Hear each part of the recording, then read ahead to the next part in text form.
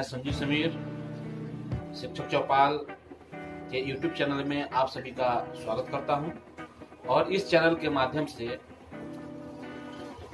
आपको प्रतिदिन शिक्षा और शिक्षा विभाग और शिक्षक से संबंधित खबरें हमेशा मिलती रहती हैं और आगे भी मिलेंगी।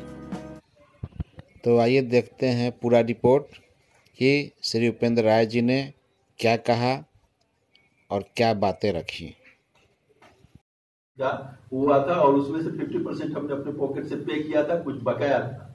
इसके बाद तीसरा पॉइंट आता है, emergency core body meeting of BSTC Munger held on 14 October 2017 at +2 राजकीय multipurpose high school Haveli Kharagpur. ये वो समय था जब हाई कोर्ट में मामला लगभग क्लाइमेक्स पर था और उस समय अब हवेली खड़गपुर के मल्टीपर्पज हाई स्कूल में 14 अक्टूबर को हमने इमरजेंसी मीटिंग कॉल किया था, क्योंकि उस समय काफी परेशानी से जूझ रहे थे, पैसा था नहीं और लास्ट आवर चल रहा था, वकील पैसा मांग रहे थे।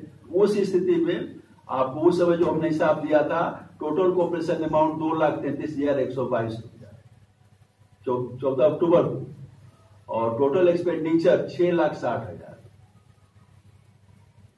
अर्थात 4 लाख का जो गैप था, इसके लिए हमने वो किया और वहां जो ड्यूज था 4,26,878। दुर्भाग्यवश या सौभाग्यवश कहीं 31 अक्टूबर 2017 को पटना हाईकोर्ट का जजमेंट आ गया और उस समय जो ग्रॉस ड्यूज हमारे पास था या ग्रोथ वो लगभग 4,47,777। मैं बता दूं कि 2013 से लेकर 2017 तक पटना हाईकोर्ट में 18 सुनवाई हुई। 18 सुनवाई में हमारे पास जो कॉपरेशन अमाउंट आया 2,74,223 रुपया और जो खर्च हुआ 7,22,000। टोटल खर्च 7,22,000 हुआ और कॉपरेशन अमाउंट हमारे पास 2,74,223। ड्यूज कितना हो गया? 4,47,777 रुपया और ये जजमेंट आ गया। जजमेंट के बाद सब लोग होली दिवाली मनाने लगे और हमें ये 4.5 लाख रुपया किसी प्रकार मैनेज करना पड़ा, अपने पॉकेट से अपने घर से वकीलों को पे करना पड़ा और बाकी वहां पर एक प्रक्रिया चल गई, सभी लोग हमारा केस है, हमारा केस इस प्रकार से। और दूसरी तरफ एक अन्य जो एस्टेब्लिश टीचर्स एसोसिएशन जिसका केस नहीं था, राजेंद्र बाबू को 80,000 में वो ठेका दिए हुए था, वो 8 लाख रुपया वार्षिक बजट बनाया। एक तरफ देखिए 7,22,000 में हमने केस को फाइनल कर दिया और 1 साल का बजट, जबकि 2009 का केस है तो उस समय से कितना पैसा उठाया होगा। 1 साल का बजट सिर्फ आपको 2017 के लिए 8 लाख का बजट बनाया गया। खर्च चलिए, तो इस प्रकार से पटना हाई कोर्ट की स्थिति 3 बार हमने हिसाब दिया और 3 बार लास्ट होते होते 4,47,000 ड्यू। अब आते हैं, हम बढ़ते हैं सुप्रीम कोर्ट। जनवरी 2018 में चली गई बिहार सरकार और पहला बजट हमने simultaneous emergency meeting of BSTC held on 11 February 2018 at Patna high school Gardanibagh.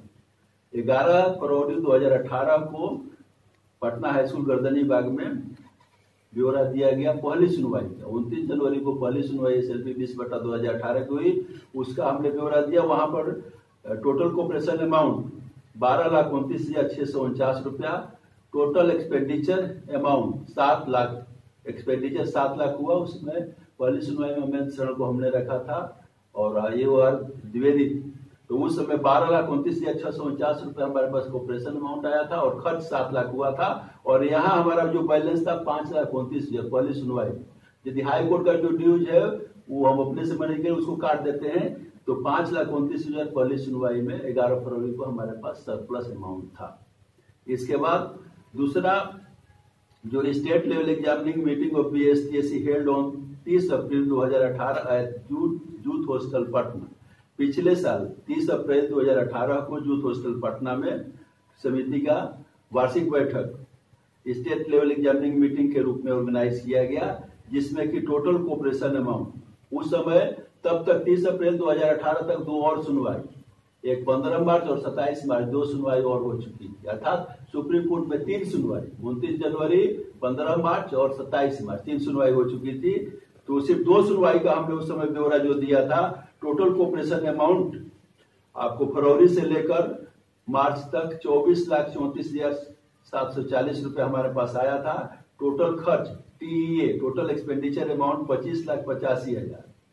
यहाँ पर जो ड्यूज हुआ 1,50,260 रुपया।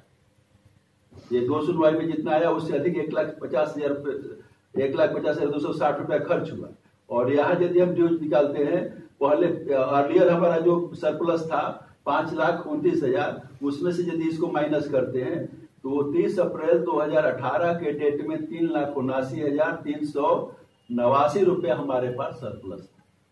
अर्थात 30 अप्रैल 2018 के डेट में लगभग 3,80,000 रुपया कमेटी के पास सरप्लस था। पटना हाई कोर्ट के ड्यूज को यदि छोड़ दिया जाए तो, यदि पटना हाई कोर्ट के ड्यूज को यदि हम इसमें शामिल, जो अपने पॉकेट से लगाए तो उसको यदि शामिल करते हैं तो -68,388 रुपीज माइनस था। लेकिन यदि हम लोग उसको छोड़ दिया, बोला कि 3,80,000 रुपया अभी हमारे पास है 30 अप्रैल 2018 के डेट। ये हो गया प्रीवियस स्टेटस। अब जिसकी आप लोगों को और बिहार के सभी शिक्षकों जो नाखुश लोग हैं उनके लिए प्रेजेंट फाइनेंशियल स्टेटस 30 अप्रैल के, ये हिसाब तो हम 30 अप्रैल को दे चुके थे। 30 अप्रैल अब कहानी शुरू होती है 30 अप्रैल से लेकर 3 अक्टूबर, या अभी रिसेंट डेट तक। अब जो परिस्थिति उत्पन्न हुई, ये परिस्थिति हमें पता था कि अब आगे कंटिन्यूअस हियरिंग का समय आएगा, उसके लिए हमने अपनी कमेटी को एक्सटेंड किया।